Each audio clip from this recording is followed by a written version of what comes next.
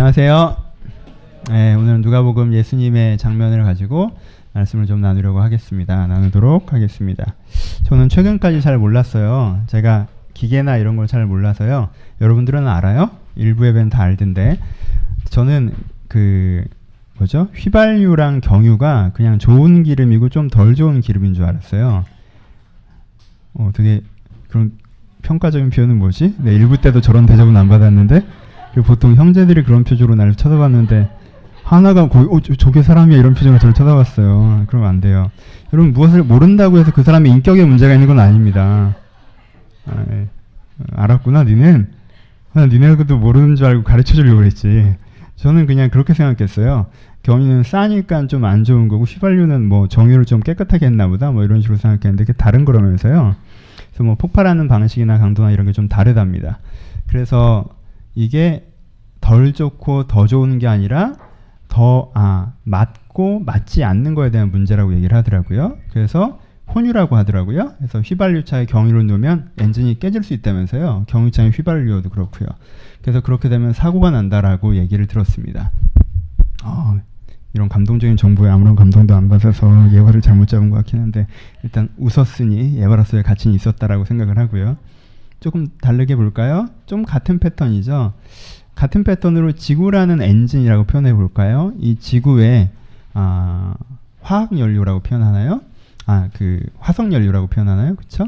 화석연료를 쓰는 게 맞지 않다라는 얘기를 하고 있죠. 그쵸? 이 지구의 화석연료 자체는 지구를 되게 해롭게 하기 때문에 북극의 곰들이 이렇게 하는 거 자주 보여주면서 결국 이 연료가 지구에서 사용하기에 적당한 연료가 아니다. 이 정도 양을 사용하는 건 그런 얘기들을 하죠. 그래서 뭐가 필요하다고 해요? 이런 화석연료가 아니라 다른 연료를 좀 찾아야 되지 않겠나라는 얘기들을 좀 합니다. 그쵸? 이 두 가지 패턴에서 동일하게 얘기하는 건 뭐예요? 당장은 그걸 쓰면 움직인다 할지라도 그게 엔진을 깨는 연료가 될 수 있다는 거죠. 좀 더 간단하게 그 연료가 그 엔진에 해로우냐 해롭지 않는가를 우리가 고민해야 된다는 것입니다. 우리가 살아가는 데 있어서 삶에다 연료를 사용합니다. 그쵸? 우리는 내적인 연료를 사용해요. 내적인 연료가 있기 때문에 여러분들이 그래도 아침에 눈을 뜰 수가 있는 거잖아요. 그쵸?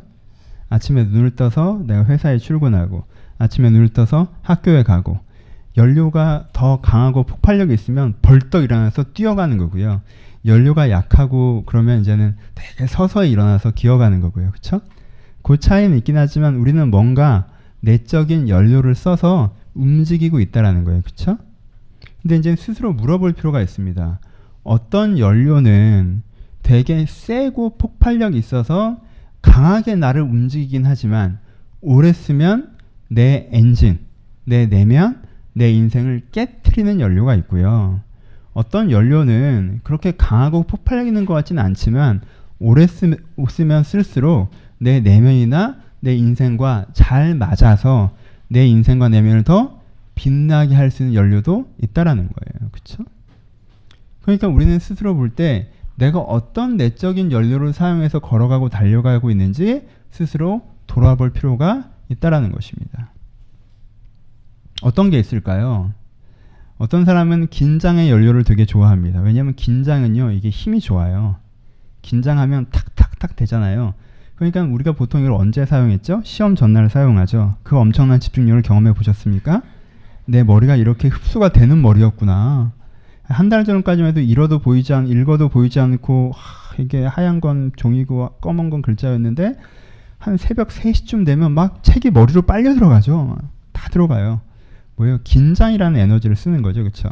긴장이라는 에너지가 나쁘다는 게 아니에요. 근데 여러분 그런 식으로 사용하시는 건 괜찮을 수 있는데 긴장이라는 에너지를 한 2년 쓰면 어떻게 될까요? 심장이 남아날까요? 내면이 남아날까요? 약간 그런 이슈가 생긴다는 거죠. 그렇죠?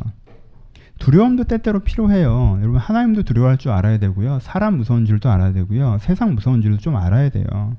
근데 두려움이란 에너지도 사람이 그래서 하기 싫은 일을 좀 하게 만드는 게 있거든요. 하지만 두려움이란 에너지를 장기적으로 사용한다면 어떨까요? 문제가 생기겠죠. 그렇죠? 욕심이란 에너지는 어떻습니까? 비교란 에너지는 어떻나요? 때또 우리는 비교할 필요가 있어요. 나랑 같은 방향을 걷고 있는데 나보다 앞서 걷고 있는 사람을 보면 되게 도전되지 않습니까? 하지만 매사 동기부여가 비교라면 이 사람은 어떤 내적인 상태를 갖게 될까요? 그쵸? 욕심도 마찬가지예요. 사람이 욕심이 좀 있어야죠. 욕심이란 게 무엇입니까? 지금 갖고 있는 거에 다 만족하지 않고 나에게 더 필요하고 내가 더 갖고자 하는 것이 무엇인지 깨닫고 그걸 향해서 불편하더라도 나를 움직이게 하는 거잖아요. 그쵸? 그럼 움직임이 필요하죠. 근데 욕심이 너무 크거나 욕심의 방향이 잘못됐다든가 매사 욕심이 있어야 이 사람이 움직인다면 문제가 생기겠죠. 그쵸? 그러니까 여러분들의 내면에 그러니까 이 표현을 먼저 쓰는데 소망의 동기부여는 되게 좋고 은혜의 동기부여는 되게 좋고 어떤 사랑의 동기부여는 되게 좋고 욕심과 뭐 긴장 이런 건 나쁘다라고 이분법적으로 보지 마시고요. 동기부여라는 게 있고 에너지라는 게 있어요. 근데 내가 어떤 에너지를 얼마큼 쓰는 게 지금 맞고 나에게 좋은지에 대한 고민이 필요하다라는 거예요. 뭐 좀 더 간단하게 얘기해 볼까요? 케이스 바이 케이스이기 때문에 다 그런 걸 설명할 수는 없고요. 간단하게 예를 들어 봐서 그냥 아주 간단하게 여러분들 담임 목사가 있는데 제가 담임 목사잖아요. 아시죠? 네, 담임 목사가 있는데 친구 목사를 만났어요. 실제 그랬다는 건 아니고요. 친구 목사를 만났는데 이 친구가 내가 저렇게 하고 싶었던 교회를 되게 멋있게 하고 있어요. 그 친구를 만나고 완전 도전받아서 돌아온 다음에 갑자기 미친 듯이 열심히 합니다. 여러분들 막 전화해서 꼭 오라고 그러고 막 열심히 강의 뛰어다니고 내가 어떻게든 단기간에 내가 걔처럼 하리라 라고 하고 뛰어다니기 시작해요. 그럼 여러분들은 그 담임 목사를 어떻게 보겠어요? 그리고 그렇게 목회하는 사람은 1, 2년 뒤에 내적 풍경이 어떻게 돼 있을까요? 그쵸? 어느 날 이렇게 하는데 나도 번듯한 건물 하나 있었으면 좋겠다 해서 담임 목사 꿈이 건물주로 바뀌어가지고 이 건물 하나 올려야겠는데 그런 분들 가끔 있잖아요. 건물주가 꿈이 이렇게 건물 올려야겠다는 생각이 들어서 건물을 열심히 짓고 싶으니까 여러분한테 건축헌금 얼마 하라고 내가 막 그러면 여러분들이 날 어떻게 보겠어요? 여러분들이 날 어떻게 보는가를 떠나서 나는 어떻게 될까요? 이것도 마찬가지예요. 이 담임 목사 어느 날부터 처음엔 신념을 갖고 하더니 사람이 조금 모였더니 애들이 나를 어떻게 보이나 생각해서 계속 거친 말도 못하고 지적도 못하고 어떻게든 나오게 하려고 그러면 이 사람이 어떻게 되겠어요? 그렇죠? 건강한 비교도 필요할 수 있어요. 전망도 필요할 수 있고요. 그리고 청자들의 반응들도 봐야죠. 하지만 이 사람의 동기부여 쓰는 연료가 이 사람의 지금 내면과 삶에 제대로 맞는가에 따라서 그 사람이 굉장히 크게 망가질 수도 있다는 거예요. 제가 어릴 때죠. 전 26살 때 이제 전도사를 시작했으니까 여러분들을 보면 지금 26이 누구죠? 우리 교회는 26이 없죠. 26 아래 손 들어봐요. 그러니까 내가 얼마나 어려요. 그렇죠? 그러니까 여기 앉아있는 대부분의 사람한테 동생일 때 제가 전도사를 시작했잖아요. 그리고 제가 대학 졸업하자마자 제가 군대도 짧게 갔다 왔고 재수도 안 했고 그러니까 26에 곧장 전도사를 시작한 거예요. 사회생활을 시작한 거죠. 그러니까 어리잖아요. 그리고 제가 전도사가 됐던 이유가 그 교회 출신이기 때문에 됐거든요. 낙하산이었단 말이에요. 그러니까 딱 갔더니 내 같이 뽑힌 동기들 중에 내가 나이도 제일 어리고 사회 경험도 없고 사역 경험도 없고 선교 파트인데 외국어도 못하고 다른 사람들은 영어는 기본은 하고 다른 나라 언어 조금씩 하는데 난 영어가 그 사람들 제2외국어처럼 하고 있고 그러니까 이제는 그렇잖아요. 불편하단 말이에요. 그랬더니 그런 저를 다 정확하게 파악하시고 담당 목사님께서 다른 사람은 30명 모이는 몽골 주고 40명 모이는 중국 주고 그리고 저는 2명 모이는 우즈베키스탄이라는 나라를 줬단 말이에요. 내가 대학부에서 조장할 때도 8명을 데리고 했는데 팀장할 때는 40명을 데리고 하고 전도사가 됐더니 2명을 주더라고. 근데 통역도 없어요. 우즈벡 사람이에요. 꼬깃꼬깃 꺼내시더니 그냥 이렇게 보여줘요. 이렇게 보여주면서 얘기해요. 나 직장 뭐 이런 거 해요. 나는 이제 그 사람이랑 주일날 보내야 되는 거예요. 그쵸? 그리고 얼마나 내가 당황스러워요. 그래서 그때 저한테 3가지 정도의 마음이 생겼던 것 같아요. 첫 번째는 구원에 대한 열정도 굉장히 컸습니다. 그게 제일 컸던 것 같아요. 사실. 왜? 무슬림 사람한테 예수 그리스도에서 얘기할 수 있는 기회를 간다는 게 특별한 기회거든요. 영광스러운 거고 사실. 한 명이건 2명이건 엄청난 거고. 그러니까 이 사람들한테 좀 복음을 전할 수 있었으면 좋겠다. 내가 소개할 수 있었으면 좋겠다라는 그런 동기부여도 되게 컸어요. 그게 절반 정도 된 것 같았고 두 번째 한 25% 정도는 약간의 열받은 게 있는 것 같아요. 저는 되게 그렇게 전도사를 겸손한 게 같지만 자기가 잘났다고 생각하고 살던 애였거든요. 그러니까 날 뭘로 보고 응? 내가 진짜 니들 이런 거 있잖아요. 내가 얼마나 대단한 사람인지 내가 증명해내고야 말이라 뭐 이런 마음들. 내가 해낼 거다 이런 마음들. 그렇죠? 그게 한 25% 있었던 것 같고 또 25%는 두려운 게 있었던 것 같아요. 내가 신학을 헌신하고 갑자기 이쪽으로 왔는데 여기서도 내가 이 첫 사역제에서 적응을 못하면 나는 사실 교계에서는 떠나게 될 것 같은, 뭔가 여기서 내가 이걸 버티고 해내야 된다는 생각. 예. 왜 청년들이 첫 직장 가면 여기서 잘리면 어딜 가나 잘릴 거라고 생각하잖아요. 여기가 사회의 대표인 줄 알고 약간 그런 기분이 저한테 있었던 것 같아요. 이게 세 가지가 섞였어요. 가치적으로 복음을 전하고자 하는 열정이 있고요. 진짜 보란듯이 해내고자 하는 마음이 있고요. 그리고 여기서 못 버티면 안 될 것 같은 두려움이 있고요. 그리고 이거 세 개가 섞잖아요. 그러면 이게요, 출력은 진짜 좋습니다. 예, 진짜 자지 않고 일해요. 아침부터 저녁까지 그 생각만 합니다. 제 인생에 그렇게 열심히 살았던 적은 없어요. 계속 그것만 생각해요. 계속 그것만 하고요. 왜? 여기에 내 의미, 욕심, 두려움이 다 있잖아요. 요거 세 개 합쳐놓으면요, 사람이요, 집에도 가기 싫어요.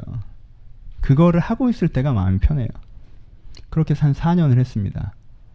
그리고 이제 교회로 옮기게 됐죠. 그때 제 옮기고 나서 내적 상태를 들여다보니까요, 제가 예수를 믿고 평생 그 정도였던 적은 없었거든요. 사람이 멍했다가 갑자기 막 슬프다가 갑자기 뭔가 되게 화가 나다가 갑자기 뭔가 뭐 열심히 하려고 하다가 뭐 이랬어요. 그때 제가 했던 이상한 짓들이 되게 많이 있는데 그 중에 하나는 인라인 스케이트를 탄 거예요. 그때 제가 29인가 30에 인라인을 사서 한강에서 그렇게 열심히 혼자 탔습니다. 그래서 제가 비 오는 날 성수대교 밑에서 굴렀던 얘기도 한번 말씀을 드렸는데, 그러고 다니다가 구른 거예요. 그리고 성수대교 밑에서 구르고 이제 좀 느낀 거죠. 내가 왜 이러고 있나? 그렇죠?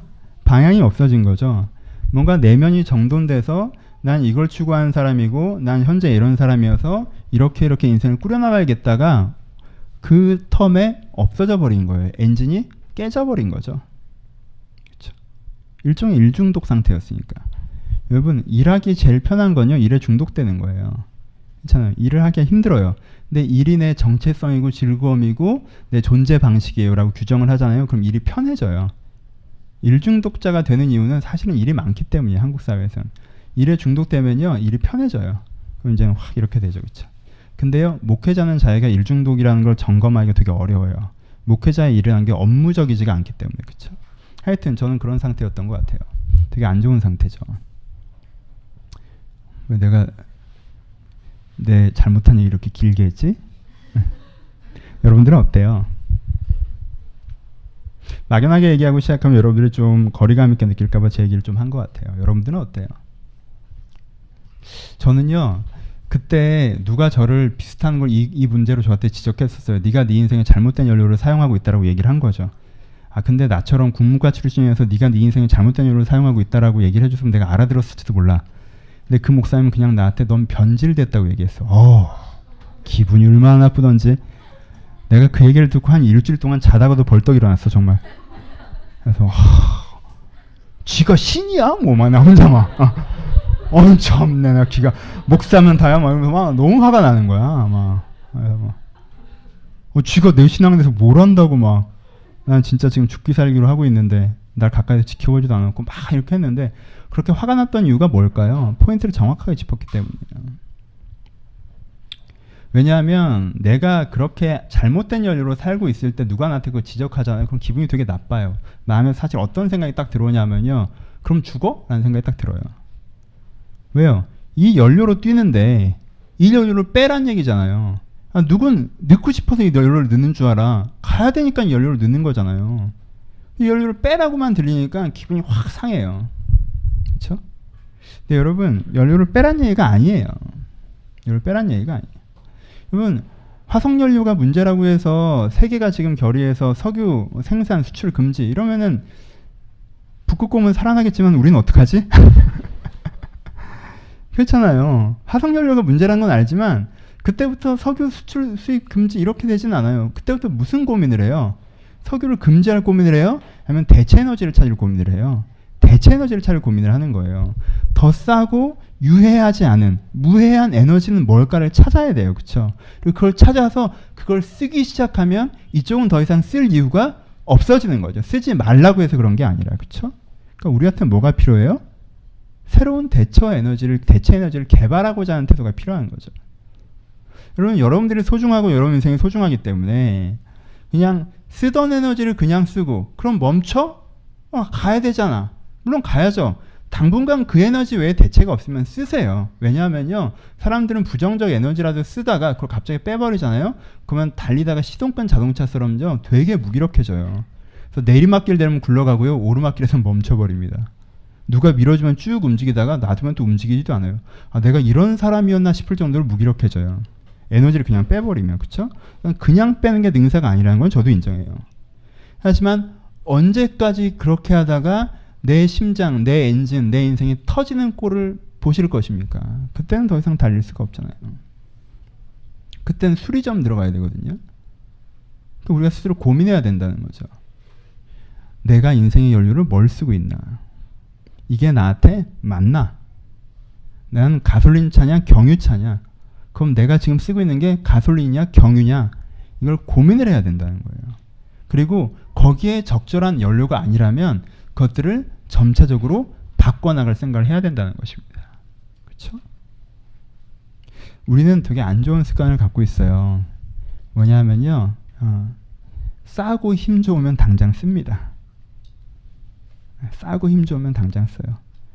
오늘 내가 열받아서 열심히 하건, 긴장돼서 열심히 하건, 내가 두려워서 열심히 하건, 비교의식 때문에 열심히 하건, 뭔가 그냥 써버려요. 그 연료를. 장기적으로 생각하지 않고 내가 그것 때문에 오늘 내가 뛰고 있고 움직이고 있고 굴러가고 있으니까 별로 고민하지 않아요. 근데 여러분들이 차를 사도요, 이 연료 계속 넣으면 2, 3년 뒤에 차 엔진 다 망가져요 라고 그러면요, 가깝고 싸도 거기 안 갈 거예요. 그쵸?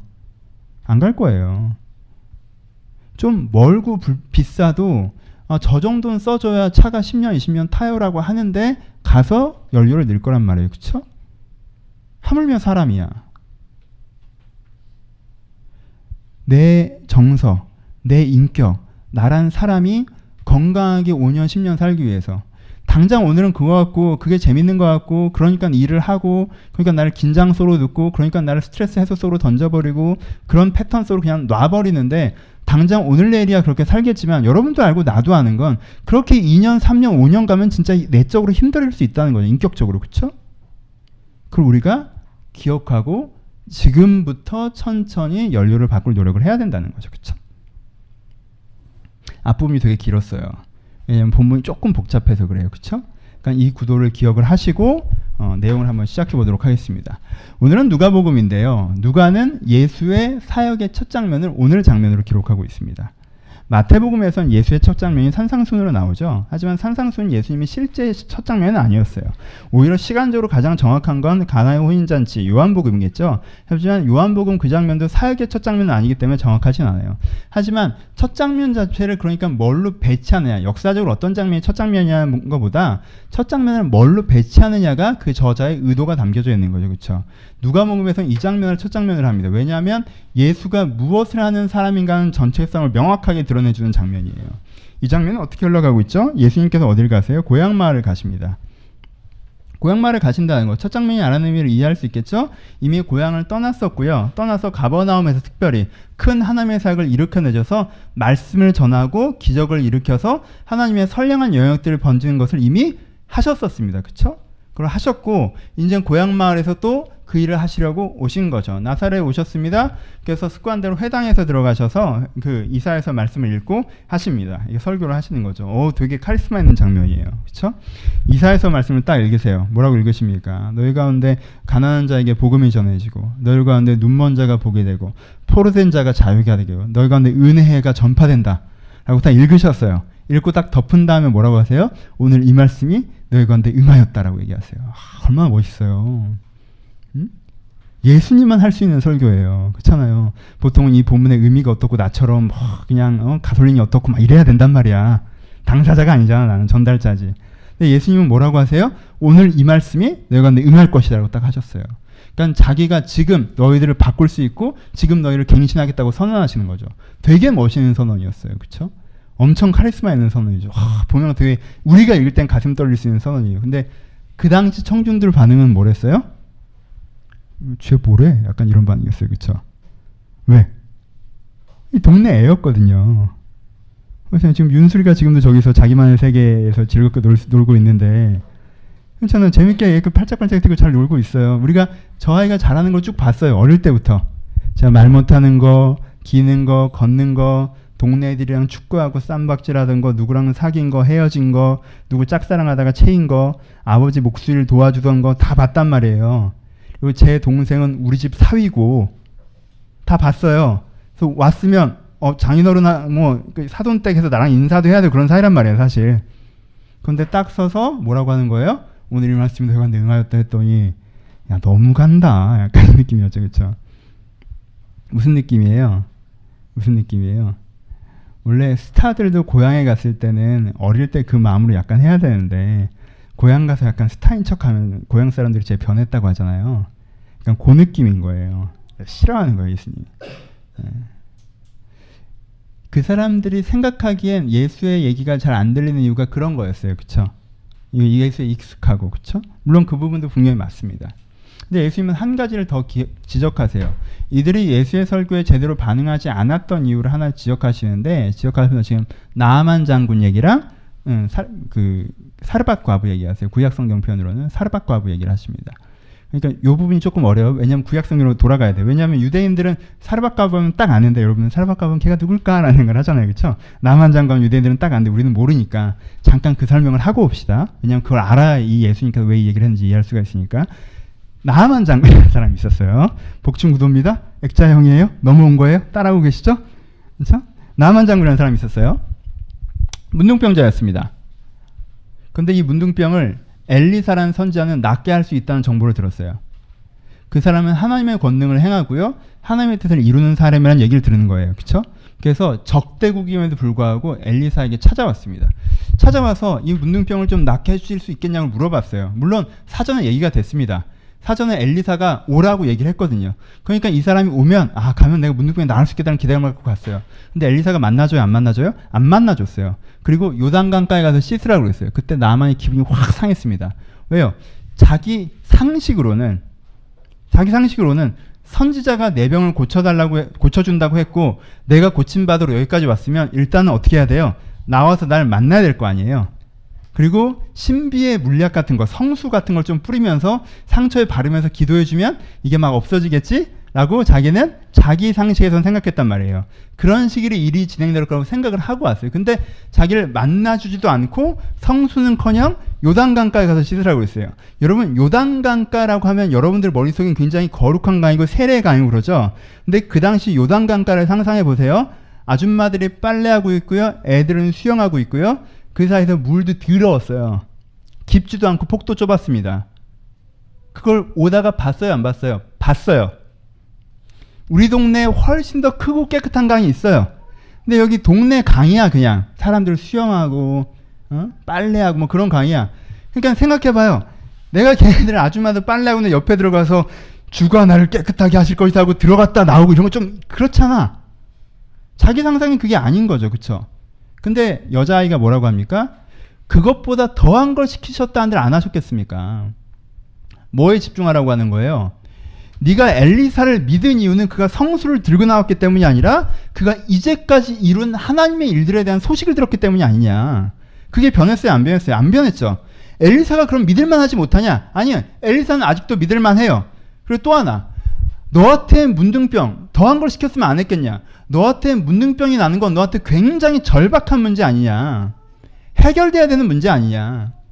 내가 꼭 해결돼야 되는 문제가 있고 이 문제가 해결이 안 되면 안 되고 저 사람은 해결할 수 있는 권능이 있다는 가능성을 갖고 있다면 내 현상적으로 상식성과 다른 것이 너에게 왜 그렇게 문제가 되겠니라고 얘기할 때 나만이 딱 꺾입니다. 그리고 가서 씻죠. 그리고 낫습니다. 그렇죠? 사르밧 과부도 마찬가지예요. 이야기가 비슷하게 진행되는데 그 당시에 가뭄이 되게 심하게 들었어요. 그래서 이 과부가 아들 하나 있는데 음식이 다 떨어졌어요. 그리고 이젠 누구도 나를 도와줄 수 없다는 걸 알아요. 다 굶어 죽고 있는 중이에요. 구제소도 없고요. 나라도 못 구합니다. 이제는 나도 더 이상 어디서 구할 데가 없이 내가 지금 한 공기의 밥을 할 수 있는 게 내가 가진 마지막 식량이에요. 그래서 이걸로 밥을 해먹고 죽을 생각이에요. 자살한다는 게 아니라 이걸로 밥을 해먹으면 이제는 죽는 걸 기다리는 밖에 없어요. 그게 이제는 끝이에요. 그렇죠? 근데 엘리야가 나타납니다. 그리고 뭐라고 그래요? 그 음식으로 나를 대접하라고 하죠. 그럼 내가 너에게 멈추지 않게 음식을 주겠다고 얘기해요. 여러분 이 얘기가 그냥 들어서 그런가 보다 하지만 잘 들어보세요. 잘 들어보세요. 그러니까 제가 나한테 음식을 차리라고 하는 거잖아. 밥을 달라고 하는 거잖아요. 밥을 주면 계속 밥을 주겠대. 약간 다단계스럽지 않아요? 자기가 밥이 있으면, 날 계속 줄 밥이 있으면 자기가 자기 걸 먹고 너 힘들겠다 하고 주면 되잖아. 그쵸? 근데 앞으로 계속 줄 거니까 일단 네 걸 내놓으래. 그럼 내 걸 내놓으라는 건 지는 없다는 얘기고 지가 없다는 얘기는 앞으로 줄 수 없다는 얘기인데, 그러면은 내가 얘한테 이걸 주면 약간 이렇게 되는 거잖아요, 사실. 그러니까 사실 되게 이상한 장면이에요. 사르밧가브 입장에서는 비장하게 한 끼 식사를 아들과 함께 하고 이제 내가 이제 굶으려고 하는데, 거기에서 엘리야가 나타나서 그 음식으로 나를 대접하면 내가 너를 먹이라고 할 때 이걸 딱 주기가 상식적으로는 약간 안 맞는 부분이 있다는 거예요. 그걸 계속 줄 능력이 있으면 네가 지금 먹고 그리고 날 주면 되지, 왜 나갖고 그럼 장난해, 나한테 되게 중요한 문제인데 라고 하는 생각이 드는 문제란 말이에요. 근데 그때 사르밧가브가 두 가지로 걸죠. 하나, 이거 한 끼 더 먹고 죽어도 죽는 거예요. 그냥 죽어도 그냥 죽는 거고, 근데 나는 살고 싶어요. 내 아들도 살리고 싶고, 이건 나한테 굉장히 절박한 문제라는 거예요. 근데 이 사람은 좀 이상한 얘기를 하고 있는데 엘리야예요. 이 가뭄을 일으킨 장본인이란 말이에요. 하나님의 권능이 함께하고 있는 자고. 그러면은 이 사람을 신뢰해서 이 상식성을 넘어서 내 절박한 문제의 계기를 만들고자 해볼 수 있는 거죠. 그렇죠? 그래서 사르밧가브는 어떻게 해요? 그걸 만들어서 대접하고 하나님의 공부를 받죠. 그렇죠? 포인트를 알겠어요? 유대인의 이 당시 사람들의 문제가 뭐라고 하시는 거예요? 이 당시 사람들의 문제가. 이 당시 사람들의 문제가 뭐예요? 첫 번째, 이 사람들은요, 자기한테 심각한 문제가 있어서 그 문제가 해결돼야 된다는 생각이 별로 없다라는 거예요. 두 번째, 이 사람들이 예수의 설교를 지금 관심 있게 들은 이유가 뭐예요? 예수가 가버나움에서 했던 일들 때문이에요. 그렇죠? 예수님께서 이미 권능과 권위와 능력과 설교를 베풀고 있기 때문이란 말이에요. 그걸 들으러 온 거예요. 그렇죠? 예수를 믿을 수 있는 근거가 있었어요. 그렇죠? 예수를 믿을 수 있는 근거가 그들에게 있었단 말이에요. 근데 이들은 어때요? 자기에게 심각한 문제가 있고 그걸 해결해야 된다는 생각이 되게 약하고요. 자기가 가지고 있었던 근거에 집중하지 않고요. 자기가 지금 느껴지는 생각과 상식에 집중이 되어서 예수가 이들을 변화시킬 수 있는 기회를 날려버리고 있는 거죠. 가장 큰 문제가 뭐예요? 심각한 문제의식이 없는 거예요. 가장 큰 문제가 뭐예요? 해로운 연료로 살고 있으면서 오늘이 굴러가니까 괜찮다고 생각하고 계속 그런 패턴으로 살고 있는 거예요. 그리고 하나님께서 뭔가 얘기하시면 자기 상식에 잘 안 맞는다고 탁탁 쳐내고 있는 거죠. 그럼 변화의 계기들이 지나가 버리고 있는 거고. 여러분, 이 사람들이 문제가 없었나요? 문제가 있었죠. 무슨 문제가 있었어요? 여러분, 유대는요, 원래 하나님의 기준으로 변화된 삶을 살아서 세상에 빛이 되는 공동체였어야 됩니다. 그렇죠? 근데 이 사람한테 이건요, 그냥 환상이에요. 환상. 지금 현실은 어때요? 지금 현실은 로마의 식민지하에 있어요. 로마의 식민지하에도 어느 정도 수준으로 있어요? 아주 어려운 수준이에요. 로마에서 뜯어가죠. 헤롯이 뜯어가죠. 바리새인들이 뜯어가죠. 세리들이 뜯어가죠. 군병들이 강포하죠.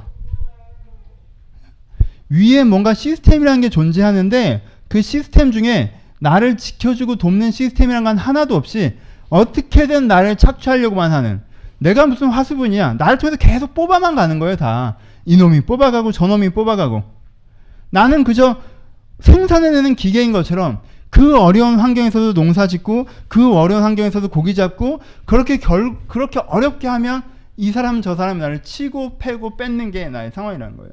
강도당하는데 강도당하는 거에 대해서 내가 뭐라고 할 수 없는 상황이에요. 내가 살고 싶은 삶이 있는데 그 삶을 살 수도 없고요. 내가 어떻게 살아야 될지도 모르겠는 게 이 사람들의 상황이란 말이에요. 로마의 식민지하 이 문제를 어떻게 풀어가야 돼요? 답이 없어요.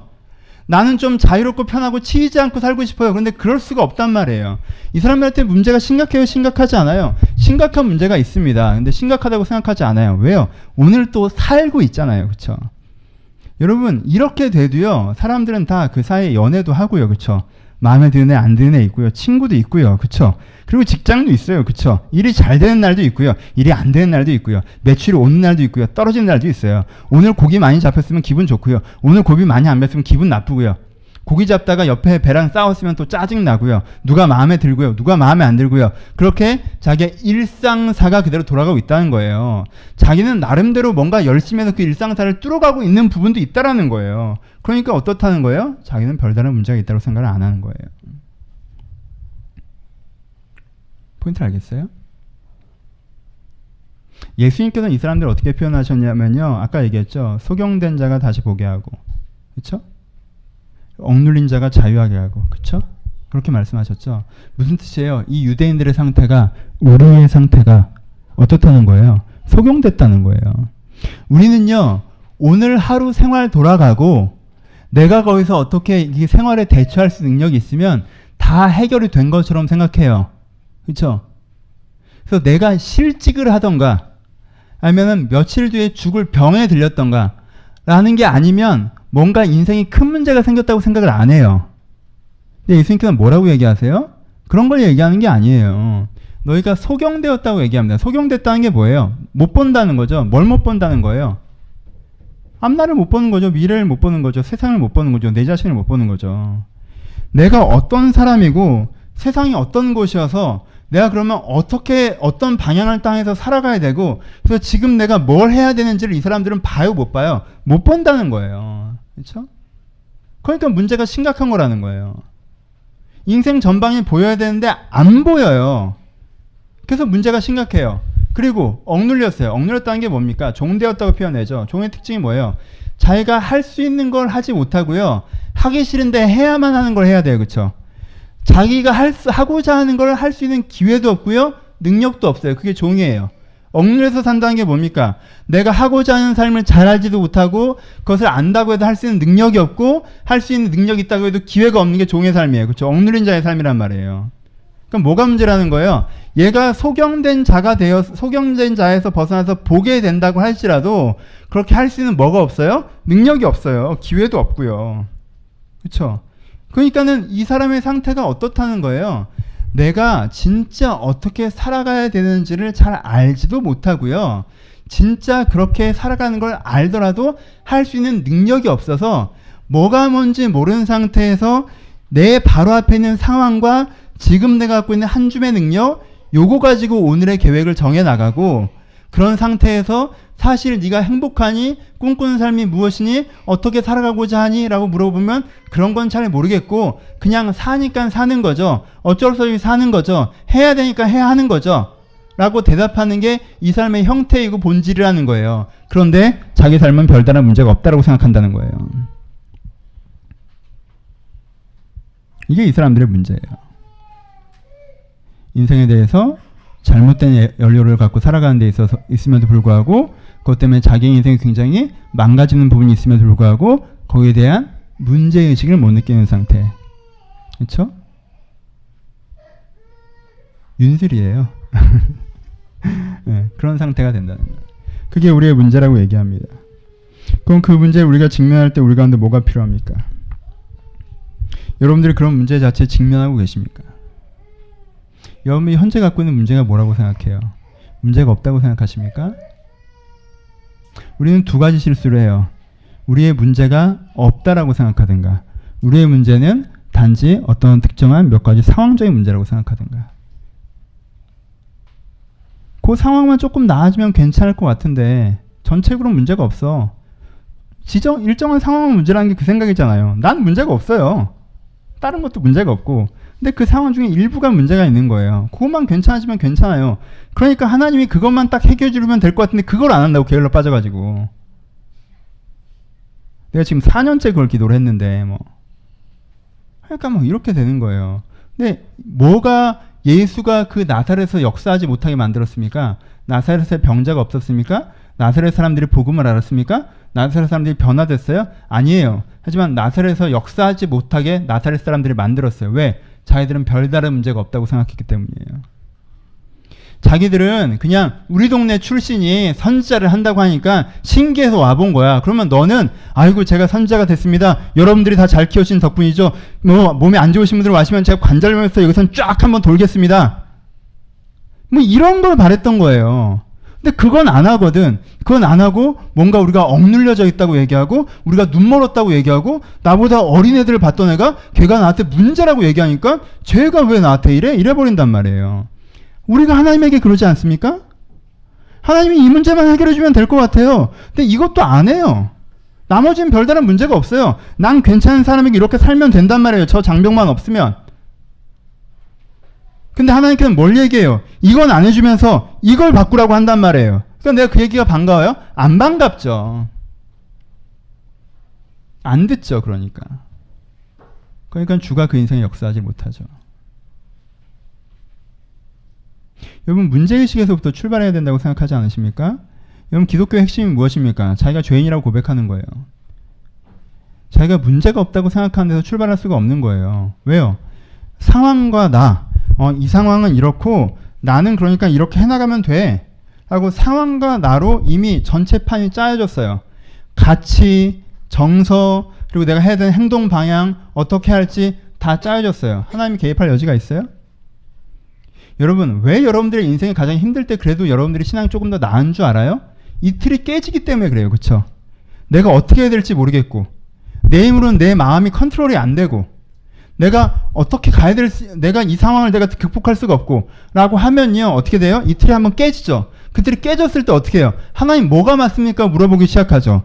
하나님 어떻게 해야 됩니까? 물어보기 시작해요.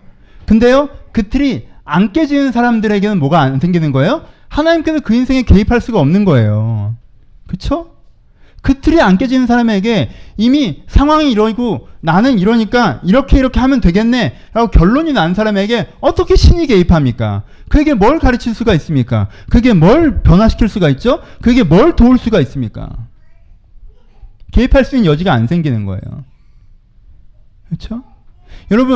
여러분들이 힘들다 어렵다 하면서요 이 틀을 안 깨요. 안 깨요. 문제가 생기면 내가 대응하는 방식이 있습니다. 그렇게 대응을 해요. 힘들어, 짜증나, 불편해. 왜 또 이런 일이 생겼어? 라고 하지만 내가 대응하는 방식이 있으니까 그걸로 그냥 대응을 한단 말이에요. 그래서 나타나는 결과는 또 자기가 져요. 그렇죠? 이걸 전체적으로 한 단어로 뭐라고 표현하는 줄 알아요? 살만하다고 하는 거예요. 네가 살만하구나. 하나님 도움 안 받아도 되는구나. 아니에요. 전 되게 힘들어요. 아니에요. 사람이 진짜 힘들면요 이걸 깹니다. 이걸 깨요. 나와 상황 이중구조가 아니라 그 위에 더 큰 구조를 찾는다는 거예요. 뭐가 맞습니까? 어디로 가야 됩니까? 어떻게 해야 됩니까?를 찾는다는 거예요. 그때부터 하나님이 그 인생에 개입하기 시작할 수 있는 거예요. 여러분 인생이 조금 어려울 때는 그렇게 하나님의 구도를 짰다가 그 구도에서 또 완료가 되니까 요 정도에서 또 다시 리세팅 하셨습니까? 하나님은 어느 정도 배역으로 껴서? 그게 아니에요. 이 구조 자체가 열린 구조가 되는 거예요. 열린 구조. 내가 하나님께 묻고 하나님의 도움으로 살아가는 열린 구조가 되는 거. 그래서 내가 주 없이는 살 수 없다고 고백하는 그 열린 구조가 돼야 되는 거예요. 예수님께서 뭐라고 선언하셨습니까? 예수님께서 눈먼 자가 다시 볼 수 있다고 얘기하셨습니다. 여러분들이 눈 멀었다는 거에 대해서 굉장히 안타까워하고 있다면, 내가 보이지 않는 데도 되게 안타까워하고 있다면, 근데 하나님이 있고 하나님이 나를 다시 보게 한다는 걸 나에게 소식으로 들어온다면 그게 나한테 반응하지 않겠어요? 거기서 사소한 내 상식과 안 맞는 부분. 근데 그때는 왜 이렇게 하셨대? 교회는 왜 이런 거야? 성경에 이 말씀은 왜 이런 말씀이 있는데? 그런 걸로 마치 내 신앙의 진보가 막히는 것처럼 행세하지 않을 겁니다. 여러분, 그건 여러분들의 신앙의 진보를 안 막아요, 사실.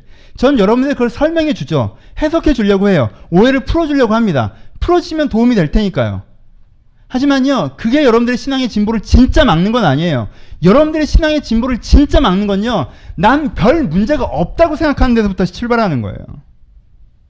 내가 진짜 변화되고자 하고, 내가 진짜 문제가 있다고 느끼고, 하나님이 존재한다는 것만 믿어도, 엘리사를 통전적으로 이해하고 엘리야의 모든 것들을 관찰하고 있는 것이 아니라 그가 신의 사도인 것은 확실하다는 것만 믿어도 그렇잖아요.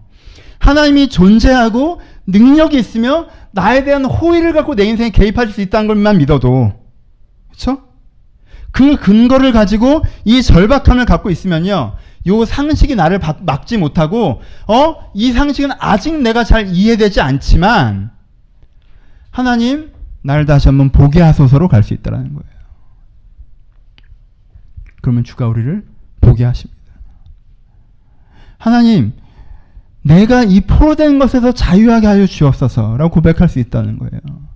그럼 그가 우리를 올무에서 끊으신다라고 반복적으로 찬송가에서 성경에서 기도 시간에 뭐 많이 하는 얘기잖아요. 그가 우리를 죄의 올무에서 끊으시고, 그가 우리를 사망에서 자유케 하시며, 그가 우리를 억누린 것을 해방시키시고, 포로된 자에게 자유를. 내가 내 문제에 대한 심각한 인식을 가지고 하나님께서 그것을 하실 수 있다는 기대를 가지고 하나님께 구하며 나아갈 때 하나님께서 개입하실 수 있다는 것입니다. 여러분, 신앙은 하나님에 대한 깊은 이해를 동반해야 되지만 신앙은 하나님의 깊은 개입에서부터 진짜 출발할 수가 있는 거예요. 그렇죠? 신학은 하나님의 깊은 이해를 동반해야 되지만요. 그리고 신학이 신앙의 기본이 돼야 되지만 진정한 신앙은 하나님이 내 인생에 개입하시기 시작하시면서부터 시작될 수가 있는 거예요. 하나님이 나를 다시 한번 가르치시고 하나님께 나를 다시 한번 조명하시며 하나님께서 내 내면과 내 삶에서 자유케 하심을 허락하시는 나를 점진적으로 변화시켜 나가시는 그 은혜를 경험할 때 사실 거기에 뭐가 존재하는 거예요? 진정한 신앙이 존재하는 것입니다. 우리가 그를 초대해야 됩니다. 결론부로 갑시다. 뭐가 필요한 거예요? 여러분들의 문제에 집중하지 마시고 여러분들은 자꾸 내가 갖고 있는 환경적인 문제에 집중하는데 그러지 마시고 괜찮아요. 여러분. 그 환경적인 문제는 괜찮아요. 왜냐하면 여러분 총체적으로 문제가 있어요. 관점도 문제가 있고 거기에 대해서 인생을 진짜 제대로 살아갈 만한 역량에 대한 문제도 있단 말이에요. 그렇죠? 문제가 있어요. 근데 여러분 심각한 문제의식은 사실 뭘 얘기하는 줄 아세요? 높은 자기주장을 얘기합니다. 여러분들은 문제가 없다고 얘기하는 건요, 여러분들이 그 정도의 수준으로 자기를 보기 때문에 그래요. 여러분 지금 이 포로된 자유를 눈먼 자에게 보게 함을 해서 내가 심각한 문제가 있다라고 하는 지향이 뭐예요? 이 사람은 어떤 사람이 돼야 된다는 거예요? 난 사실 어떤 삶을 살 수 있다라는 거예요? 나는요 정말 맞는 게 뭔 줄 알고 내 자신이 어떤 사람인 줄 알고 그래서 내가 어떻게 살아가야 될지가 통찰된 상태에서 내가 그것을 진심으로 자유롭게 할 수 있는 능력이 겸비된 사람이 되는 게 내 본 모습이라고 받아들이는 거예요. 그것이 인생이라고 받아들이는 거고 그렇게 살 수 있고 살아야 된다고 받아들이는 겁니다. 그래서 그렇게 살지 못한 지금 내 상태를 되게 심각한 문제라고 얘기하는 거예요. 그렇죠? 그래서 이 상태를 지향하는 겁니다. 이 상태를 지향하는 거예요. 그리고 하나님이 나를 이렇게 해주겠다고 믿는 거예요. 예수가 왜 주께서 내게 기름 부으사 포로된 자에게 자유를 하시는 역할을 주셨다고 얘기합니까? 우리가 예수를 믿음으로 말미암아 우리가 왜 죄에서 자유해질 수 있다고 얘기합니까? 우리가 왜 예수를 믿음으로 말미암아 소경된 데서 눈 뜰 수 있다고 얘기합니까? 예수를 믿는 어떤 명제를 따라하라는 게 아니에요. 세례받으라는 것도 아니고 그런 문장을 반복해서 얘기하라는 것도 아닙니다. 예수 믿습니다 그냥 말로 하라는 것도 아니에요. 뭐예요? 하나님이 예수 그리스도의 십자가 하나님이 나를 사랑하신다는 걸 믿는 거예요. 그렇죠? 심플하게 하나님께서 나를 사랑하신다는 거, 하나님이 존재하고 능력이 있는데 나를 사랑하신다는 걸 믿는 것. 여러분 하나님이 있는 건 믿어요. 근데 그가 능력이 있다고 생각하지 않아요. 그럼 내 문제를 해결하려고 해요? 아니죠. 하나님이 능력이 있는 건 알아요. 근데 나한테는 별로 관심이 없는 것 같아요. 그럼 그 사람은 그것이 의미가 없죠. 하나님이 맞고 존재하시고 능력이 있고 창조자시고 근데 나의 구원자, 나를 사랑하세요. 나에게 집중하세요. 나를 변화시키고자 하세요.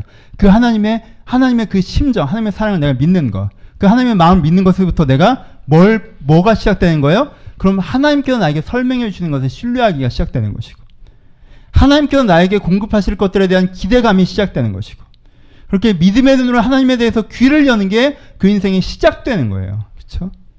그럼 그가 자유해지는 것들을 경험해 갈 수가 있습니다. 그렇지 않은 사람은 자기가 별 문제가 없다고 생각하고 이건 왜 이렇게 되는데 설명해봐. 이건 왜 저렇게 되는데 설명해봐. 이게 이해가 안 되는데 설명해봐라는 태도로 계속 하나님을 면접보는 면접관의 태도로 신앙을 접근하는 사람에게 어느 지점까지는 그게 신학적인 통찰이 필요하기 때문에 필요하지만 어느 지점에서는 그것을 멈추고 이제 내가 내 인생의 문제를 정확하게 인식하고 되어야 될 사람의 지향이 잡혀지고 하나님이 그것을 할 수 있다는 기본적인 구도가 잡혔으면 이제 그렇게 하나님 앞에서 시험관처럼 하는 태도를 멈추고 주여 주가 나를 사랑하신 걸 내가 믿사오니 내가 믿고자 하오니 하나님 믿고 나를 사랑하신 걸 내가 기대하오니 내 인생에 좀 가르쳐 달라고 내 인생에 좀 말씀해 주시고 내 내면을 주님께서 자유게 달라고 하나님에게 나아가기 시작할 때 하나님께서 그 인생 가운데 일하실 수 있다는 것입니다. 결론으로 갑시다. 두 가지 얘기만 하고 마칠게요. 하나, 여러분 우리는 인생에서 뭐라고 할까? 체험이라는 단어가 맞나? 적응이라는 단어가 맞나? 우리 인생에서 되게 내 인생을 체념하고 도전하는 구도에 익숙해져 있는 때가 많아요. 체념하고 도전? 저항? 뭐 다 이러고 사는 거지 라고 그냥 살다가 잘 못 참겠으면 더 이상 이렇게 살 수 없다. 뭔가 도전해보자. 근데 버티고 살던 사람이 내일 도전한다고 갑자기 뭐가 되는 줄 알아요? 잘 안 되잖아. 괜찮아. 도전해서 될 능력이 있는 애면 버티지 않아도 됐겠지. 체념과 저항의 구조를 가지면요 40대 제 나이가 되면요 야 세상 별거 없고 인생 별거 없어 이런 얘기를 하는 거예요. 참아보다가 이건 아닌 것 같아서 한 번에 덤벼보다가 그게 또 깨지면 진짜 안 되는 거구나 나는 뭐 어떻게 해 적응해야지 하다가 또 너무 못 참겠으면 또 조그만 걸 또 도전해보다가 이것도 안 되나 뭐 어떻게 해 뭐 이렇게 살아야지 이렇게 되는 거예요. 그러면 체념과 저항 사이에 배양함의 폴더를 만드십시오. 그러면 체념하고 살았어요. 근데 이렇게 살 수는 없어요. 그럼 여러분들이 해야 되는 건 오늘 저항하는 거예요? 아니면 이렇게 살 수 없는 내가 저렇게 살기 위한 자기 변화와 능력을 갖춰나가는 배양의 시간이 필요하겠어요. 여러분 오늘의 결단의 날은 아니에요. 어떤 의미에서 사회적인 의미에서는 오늘은 변화를 향한 결단의 날이지 도전을 향한 결단의 날은 아닐 수도 있어요. 여러분들이 진짜 문제를 인식하셨다면 그 문제를 해결할 수 있는 능력이 무엇인지 파악하셔야 되고요. 그 능력이 나에게 실제하도록 내 안의 능력을 배양해내셔야 될 게 필요해요. 그렇죠? 내 안에 그 능력을 자라나게 하는 게 필요하단 말이에요. 없네? 이러고 말지 마시고 그 능력을 자라게 해야죠. 없으니까. 조그만 겨자씨 하나밖에 없으니까 요만큼의 가능성밖에 없으니까 그것을 어떻게 해야 돼요? 내 안에서 자라나게 해야죠. 그것이 자라나면 어떻게 되겠어요? 바뀔 수 있겠죠. 그렇죠? 그래서 내 안에 믿음의 씨앗을, 내 안에 소망의 씨앗을, 내 안에 하나님의 나라를 향한 건강한 인생의 연료들을 자라나게 하는 방법이 필요한 거예요. 우리가 모내기 할 때 배양하잖아요. 넣어서 하우스에 넣어서 씻어놓고 그것이 어느 정도 자라게 만들지 않습니까? 그 과정이 우리 가운데 필요하다는 것입니다. 그 배양의 과정들. 그것을 통해서 내가 내 안에 하나님을 향한 마음들과 믿음들과 신뢰들과 그리고 진정한 소망들과 문제의식들을 점점 키워나갈 때 하나님이 그 속에서 일하시는 것들을 통해서 내가 새로운 사람 변화되어 나아갈 수가 있습니다. 이제 한 가지 마지막 얘기. 지난주 설교랑 이번주 설교는 참 하면서도 그렇게 자신 있는 설교는 아니에요. 왜냐하면 이렇게 길게 설명할 건 없는 거거든요. 왜냐하면 이 두 말씀은 제가 자주라는 표현이 맞나? 제가 받는 응답의 말씀들이에요. 주로. 저는 그래요. 이게 잘 전달되는지 모르겠는데 저는 이렇게 길게 잘 얘기하는 게 좀 어색하기도 해요. 왜냐하면 전 이 두 구절 다 마찬가지예요. 제가 기도하다가 두려워 말라 놀라지 말라 말씀을 주셨어요. 하나님 여전히 내 인생 잡고 있구나. 겁먹을 필요 없겠구나. 해볼 수 있겠다. 가보자. 하나님께서 포로된 자에게 자유를 저한테 이 말씀을 주셨어요. 왜 이렇게 내 맘 같지 않고 내 뜻 같지 않고 내 생각대로 안 되고 이럴 때 하나님께 포로된 자에게 자유 이 말씀을 주셨어요. 그럼 내가 이 문제에 매여 있지 않을 수 있구나. 이 문제에 매여 있는 게 내 본 모습이 아니구나. 여기서부터 내가 풀려나야겠다. 풀려날 수 있다. 하나님께 풀려내실 것이다. 지난주 설교하고 이번주 설교한 이 구절은 저한테 결론으로 오는 설교지 서론으로 오는 결론으로 오는 말씀이 서론으로 오는 말씀이 아니거든요. 사실은 이 구절이 딱 던져주는 그 메시지 자체가 여러분들이 던져줬으면 좋겠습니다. 사실은 그래요. 여러분 포로된 자를 자유케 하셨습니다. 이 구절을 내가 믿습니까에 대한 부분이에요. 포로된 자를 자유케 하셨습니다. 내가 세상에 포로되고 욕망에 포로되고 과거에 포로되고 내 자신에 포로되어서 현재의 내 모습에 매여서 원하지도 않는 내 모습으로 해야 되니까 하는 삶에서 살아가는 나를 하나님께서 분명히 자유롭게 하셨다고 하셨습니다. 내가 진짜 무엇이 맞고 그럼 내가 무엇을 해야 되고 무엇을 할 수 있고에 대해서 하나님께 분명히 자유케 하셨다고 하셨어요. 그러니까 오늘부터 자유함을 시작할 수 있는 것입니다. 그것으로 나아갈 수 있는 거예요. 자유게 했다면서 왜 이래? 자유게 했다면서 뭐가 이렇게 자유인데? 지금 그러자는 게 아니라 하나님께서 자유라고 선하신 그 말씀을 내가 붙잡고 내가 내 안의 자유를 믿음으로 신뢰하며 경험해 나가는 것이 나에게 필요하다는 것입니다. 그리스도의 피가 여러분들을 자유케 합니다. 사망의 업무가 끊어졌습니다. 포로된 자에게 자유를, 눈먼 자에게 다시 보게 함을, 그리고 주의 은혜의 해를 전파하게 하려 합니다. 은혜는 뭔지 아십니까? 성경에서 은혜는 기본적으로 희년입니다. 희년이 뭐예요? 하나님께 똑같이 땅을 배분해 주셨는데 지들끼리 열심히 하고 놀고 먹고 사기치고 어떻게 저떻게 돼서 얘는 부자가 되고 얘는 가난해지고 서로 치고받는 사람의 생각과 의지와 행동들이 결과물이 돼서 다 엉켜겼던 땅의 질서가 사라지고 하나님께서 그 사람에게 원래 주려고 하셨던 것들이 그 사람에게 주어지며 그 사람에게만 주어진 것이 아니라 그들 모두에게 동일하게 주어져서 그들이 하나님께서 이 인생을 나에게 주셨다는 걸 기뻐하고 더불어 함께 살아가는 하나님의 공동체가 희년입니다. 어떻게 하신다는 거예요? 얘네들에게 다시 볼 수 있는 전망을 주시고 얘네들에게 그것을 할 수 있는 능력을 주시고 그렇게 했을 때 나타나는 결과까지 주신다는 거예요. 그렇죠? 다시 보게 하고 자유케 하고 은혜의 해를 전파하시는 거예요. 최종적으로는 이게 됩니다. 나는 그 과정에 있는 거예요. 내가 그것을 인정하고 그것을 선택해 나갈 때 나는 그리로 한 발 한 걸음을 접근해 나갈 것입니다. 더욱더 인생에 대한 통찰이 생길 것이며 삶에 대한 능력이 생길 것이며 삶다운 열매의 결과를 느낄 거예요. 하지만 내가 이것을 믿지 않고 그런 세상이 없다라고 생각하고 내 생각을 고집하고 포로된 상태를 그저 안주한다면 내 인생에 그것이 있을 수가 없겠죠. 여러분들은 여전히 선택의 날에 서 계십니다. 여러분들은 여전히 믿음의 날에 서 계십니다. 여러분들이 믿음을 결정하실 때 그 믿음의 길에 따라서 그 믿음의 길 속에서 여러분한테 말씀하실 것입니다. 인생 가운데로 하나님을 초대하시는 지혜로운 여러분들 되길 주님의 이름으로 축복합니다. 같이 기도하시겠습니다.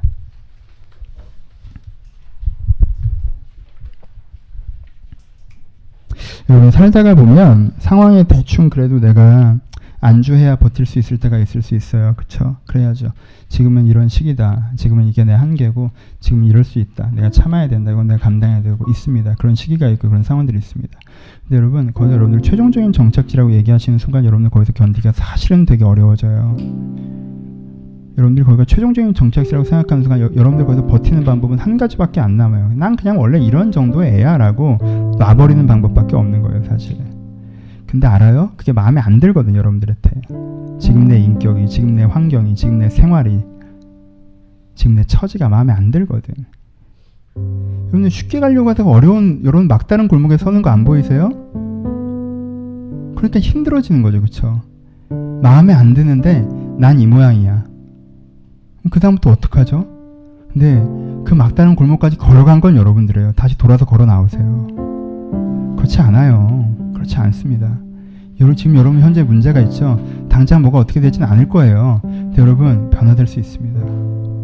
새로워질 수 있습니다. 하나님께 여러분들을 가르치실 거예요. 하나님께 여러분들을 도우실 것입니다. 하나님께 결국 은혜의 해를 여러분들한테 전파하실 거예요. 여러분 이건 기본 아닙니까? 이걸 믿지 못한다면 우리가 어떻게 교회를 왜 다닙니까? 그러면 이걸 믿지 않는다면 우리가 좋은 얘기를 들으려고 다니는 게 아니잖아요. 그렇죠? 하나님의 살아계신과 역사하심을 믿고 우리가 교회를 다니는 거 아닙니까? 여러분들 이 믿음이 별로 없음에 대해서 느끼십시오. 여러분들 이거 별로 안 믿어요. 하지만 이 믿음을 더 달라고 기대하십시오. 하나님 나에게 은혜의 길을 인도하여 주시옵소서. 내가 하나님을 멀리 내가 어떤 정보를 던져주는 자로 아는 것이 아니라 나를 가르치시고 나를 인도하시고 나를 변화시켜 나가는 나의 구원자로 나를 받아들이길 소원합니다. 여러분 가운데 말씀 들으신 대로 묵상하시면서 고백하시면서 주여 내 죄에서 자유하게 해달라고 자유롭게 우리 한 5분 정도 기도하기를 소원합니다. 기도하겠습니다. 하나님 아버지, 이들 한 사람 한 사람 가운데 하나님의 생각들을 보여주길 바랍니다.